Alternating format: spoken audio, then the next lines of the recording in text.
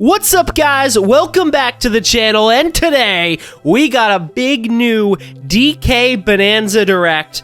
And boy, if you weren't already excited for Nintendo's next big 3D platformer, you have got to be stoked now, because that was maybe the best single game direct we've ever gotten from Nintendo. I was already super stoked for DK Bananza. Seeing it in the April 2nd Switch 2 Direct sold me on the game. I was initially disappointed when it wasn't 3D Mario, but I quickly got over that, and I've just been stoked for this game ever since its announcement. Even though I was excited for Mario Kart World, and I've been enjoying that game a lot, DK Bananza, to me, was really the true prize of the early days of Nintendo Switch 2, and the one that I've always had marked on my calendar for July 17th, a game that I cannot wait to dive into, and this direct just increased those feelings for me.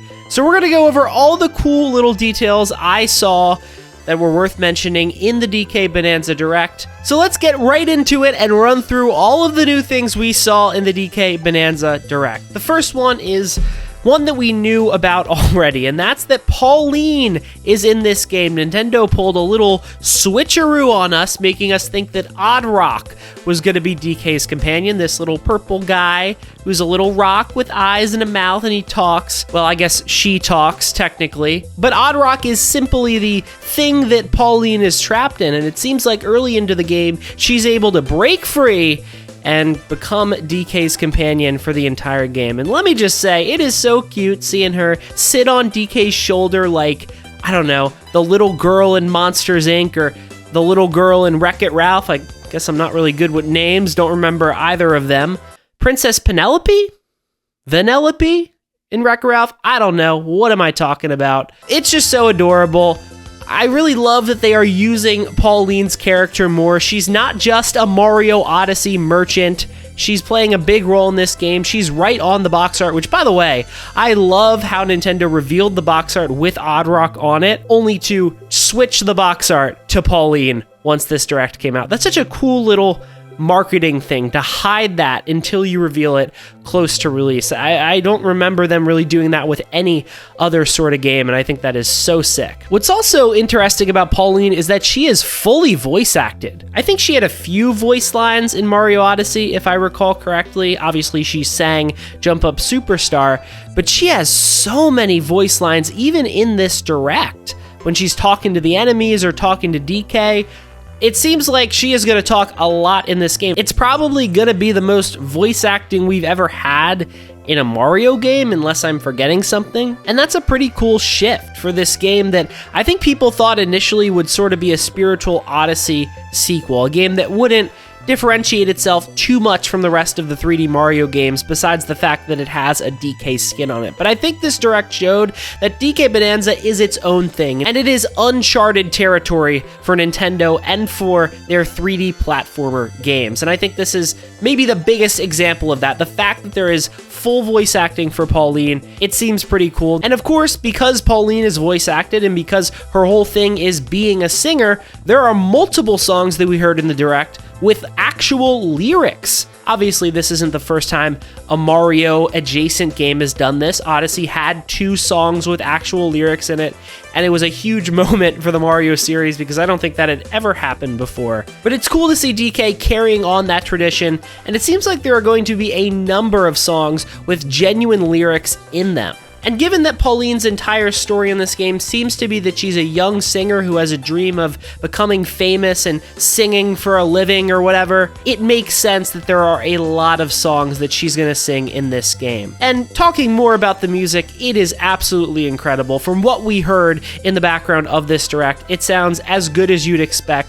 I've said this before, but the Donkey Kong series might be the most consistent and high quality series of video games in terms of music. DK soundtracks always hit, and this game has the chance to be the best DK soundtrack of them all. I love how you can collect discs from beating enemies and then play them at a music player at your rest stop. That's such a good idea, and it's a great way to add another little collectible to this collectathon 3D platformer. And a little sidebar here, I've been writing my Mario Kart World review, and let me tell you, that is one of a few things that Mario Kart World could take notes on from DK. A music player. Why is that not in Mario Kart World? Whatever. doesn't matter. This is a video about Donkey Kong, not Mario. But seriously, where's the music player in Mario Kart World? I'm glad, though, that there is one in Donkey Kong Bananza, and you can play the music whenever you'd like. I also heard in the background of this trailer remixes of Jungle Hijinks and King of Kling, which are two of my favorite video game songs of all time, so I'm excited to hear those renditions in Donkey Kong Bananza, and you know that I'm going to be spinning them at that jukebox. Going back to Pauline real quick, though, people on Twitter have been wondering how it's possible that there's a kid version of Pauline in this game, but DK looks to be his normal self. Cranky Kong is in this game, and Diddy and Dixie as well are in this game at their normal ages. So how is Pauline younger, but all of the Kongs the same age? It's definitely one of the points of intrigue they're hiding. I would imagine that is going to be one of the big moments in the climax of this game, is finding out exactly why Pauline is young. Is it a time travel thing? Is she just young? Or are they just retconning the DK story? My sort of crackpot theory that I tweeted out earlier is that this is Pauline's origin story, right? Because they say in the Direct that if you reach the core, which is where Pauline and DK are trying to go, you're granted a wish. And Pauline says at the end of the trailer that she has a dream to be a singer.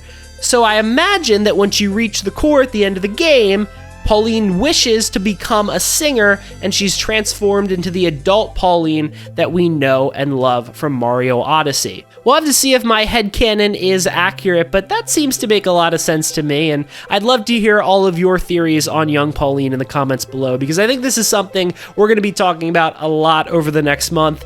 And it's going to be very funny when Nintendo just says, we don't care about that, we're just retconning it, she's young Pauline and there's no reason for it, because you know that is a distinct possibility with Nintendo and how they tell stories. Regardless, there's a lot more to get to, so let's move off of Pauline and talk about the movement in this game. Oh, it just looks so incredible and so satisfying. You thought Mario Odyssey was good in terms of its movement. You thought the speedrunners broke that game. Just wait until the Odyssey speedrunners get their hands on DK Bananza. All of the new moves just make this world a playground for you to jump around in and fly around in. I mean, between the rolls and the climbing and the chunk jump, which is essentially a double jump, and the turf surf, which allows you to glide across turfs, and eventually, if you get the upgrade, across water so seamlessly and so quickly. This game is going to be a speedrunner's delight, and it's going to be one that people do insane stunts in with this incredibly detailed movement system, and I can't wait to mess around with it, because I've always said I'm not that great with video games, but I got pretty good at Mario Odyssey, you know, pulling off the double cap dive or whatever. I got pretty good at all of that stuff, so I can't wait to try and master DK's moveset as well. This isn't a completely new observation, but the areas in this game look absolutely stunning. I believe we only saw one new area in this Direct, and it was the beach area, which looks incredibly beautiful. It seems like this game's bubble lane, which I think is one of the best Mario areas ever. Bubble lane is so darn beautiful in Mario Odyssey. I still haven't gone back to it in the next gen patch for Mario Odyssey, but I really need to do that because I'm sure it just looks unbelievably good. I also love the square fruits that are lying all around that beach area. It reminds me a bit of that Super Mario Party board that absolutely sucks, with the 4 different fruit areas that you have to travel through with pipes. God, that board is terrible, but it looks awesome. And this area looks just as good. I can't wait to explore this with, you know, HD, HDR, ray tracing, all of that crazy stuff, just making this as beautiful as it can be on the Switch 2. I'm sure this area is going to be incredible, and all these areas look really good. There were a lot of concerns online that the other Kongs besides DK and Cranky, who we saw in the treehouse, wouldn't be in this game. People were just stewing over the idea that Diddy Kong and Dixie Kong might not be included in Donkey Kong Bananza. And I wasn't really worried about this. I was pretty certain we would see them in some capacity. And thankfully this trailer assuaged any concerns about that, because we did see Diddy Kong and Dixie Kong at the end of the trailer. We didn't see much of them, to be fair, but in some screenshots Nintendo shared after the Direct, it seems like they run a service called Rambi Rumble, which seems to be some sort of Rambi racing mini game. I wonder if in each world you'll see Diddy Kong and Dixie Kong have a little stand, and if you go up to them, they'll challenge you to a race, and that's a way you can get a banana gem. Considering how many cool little mini games there seem to be in Donkey Kong Bananza, it would make sense for that to be one of them, and that's a pretty creative way to include Rambi in this game, because He's not as necessary in Donkey Kong Bananza as he has been in past games because of those transformations that we'll talk about in a second. You don't really need him to get around quickly, so having him be in a racing minigame, sort of as a callback to Diddy Kong Racing, is an incredibly cool idea, and I can't wait to see how that mechanic plays out. Speaking of those transformations, that was probably the coolest moment in the trailer for me, seeing Donkey Kong turn into all of these different animals, whether it be a zebra or an ostrich, or I guess the other one was just like a bigger ape. Regardless, Donkey Kong's transformations seem insane in this game, and I feel like there are going to be more that they're hiding. I don't have any evidence for that. It just seems like something that would make sense. I wonder what other animals Donkey Kong could turn into. I can't think of any off the top of my head. I was gonna say maybe he could transform into a rhino like Rambi, but it feels like that ape transformation is essentially Rambi in this game, because that ape transformation allows you to run a lot quicker and destroy those steel blocks that otherwise don't seem to be destructible. So we'll have to see if there are more transformations. I hope there's a few that they're hiding, but regardless, this is just another aspect of the moveset that is gonna make exploring Donkey Kong Bananza so darn fun. I love the idea that you can switch freely between those 3 transformations at your will as long as you have your Banandia meter filled up. It allows you to do some cool things like we saw in the trailer, where you run super quickly with the ape transformation and then fly up into the sky with the ostrich transformation. I think the ostrich is my favorite transformation. Adding a glider type feature like in Breath of the Wild is so clever, and it's going to make exploring these worlds even more fun than it would have been before. It also can't be worse than Glide-On, which was the worst transformation in Mario Odyssey. God, that sucked to control. The challenge areas are also a very exciting part of the game to me. There's so much variety with these little challenges. Some of them are time trials where you have to defeat certain enemies in a limited amount of time. Some of them seem to be small physics-based puzzles, and others seem to be 2D areas in a throwback to Donkey Kong Country. There's one area they showed briefly that looks like a sticker brush type area. That mode looks awesome, and please have a remix of Sticker Brush Symphony in that area.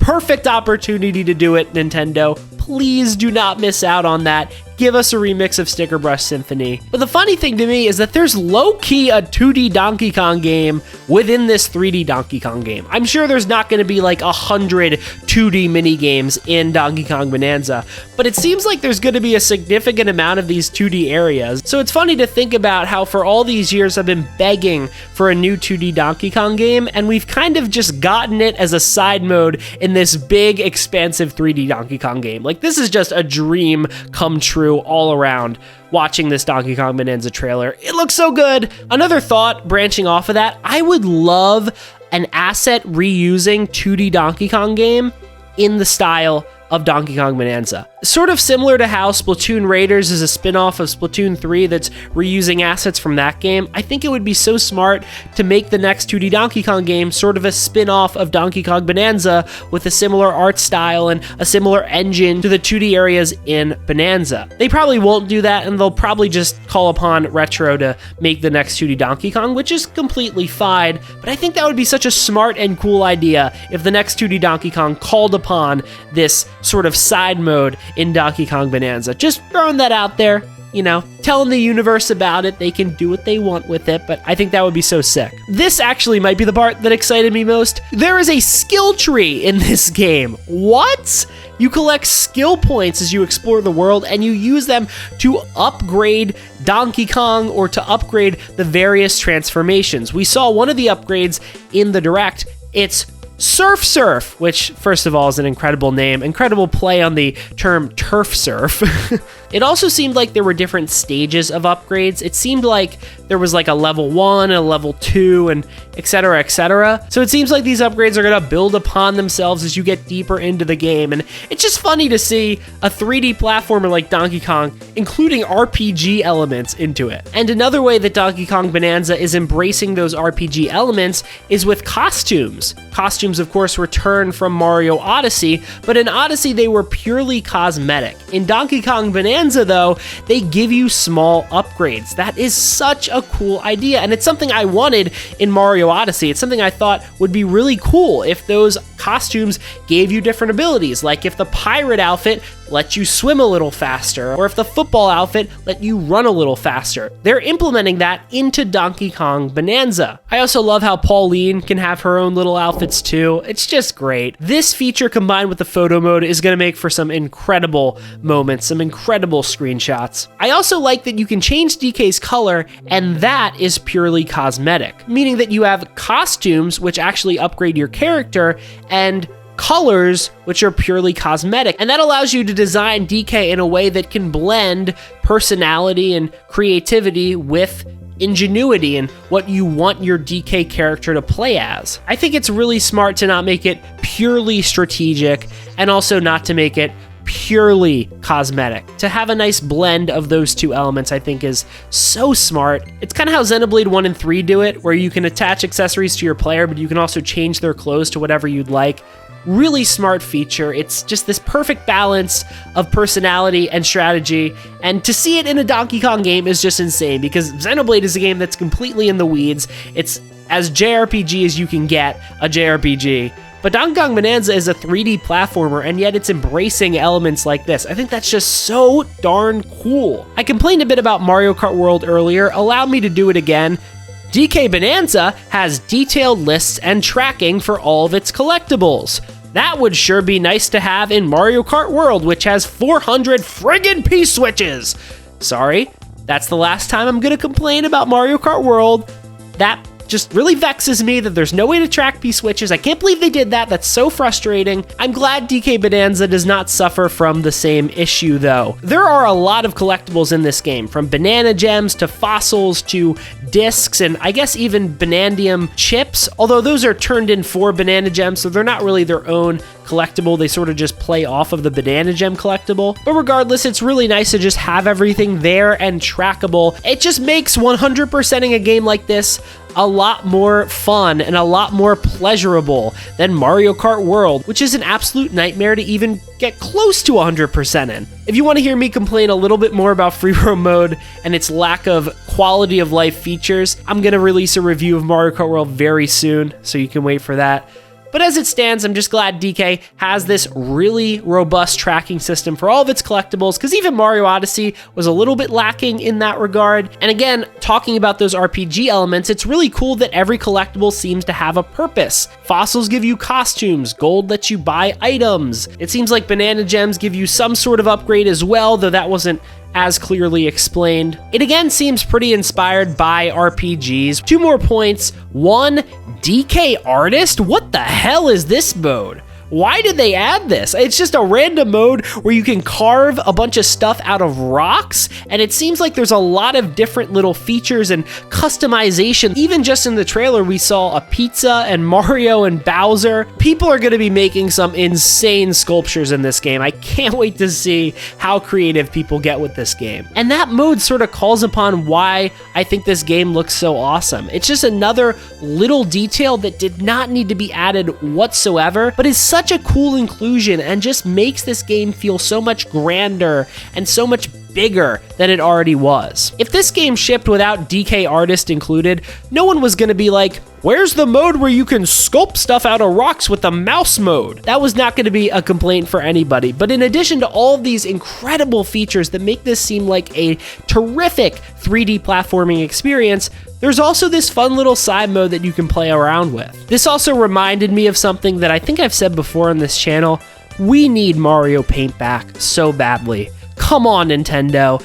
Give us a new Mario Paint. It's just so perfect with these new mouse controls. It would be incredible to see a new Mario Paint come out.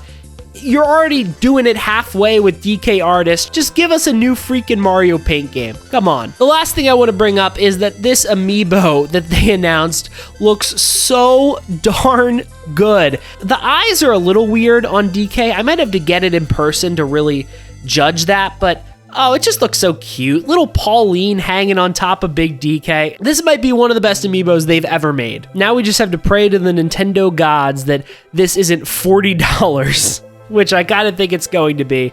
Given that the Zelda amiibos were $30 and the Street Fighter amiibos were $40, I don't feel good about the price of this amiibo, but I'm probably gonna buy it anyway because I'm a freaking sucker. The good thing is, if you're not gonna pick it up, it doesn't seem like that dress that it unlocks is locked to the amiibo. Nintendo said on their Twitter account that it gives you that dress early. So if you're someone who's concerned about 100% completion like I am, or someone who wants to get that dress, which is a cool homage to Mario Odyssey, it doesn't seem like it's completely locked to that amiibo. It is also cool that other Donkey Kong amiibos are compatible with Donkey Kong Bananza, though it doesn't seem like they do much of anything. They give you Kong letters, which you can throw at things, which I guess is better than nothing, but very weird inclusion. I always love seeing the random BS that Nintendo does with amiibos because they haven't embraced amiibos as much in recent years, but they'll always do some weird feature that nobody uses with previously released amiibos. I always find that very funny.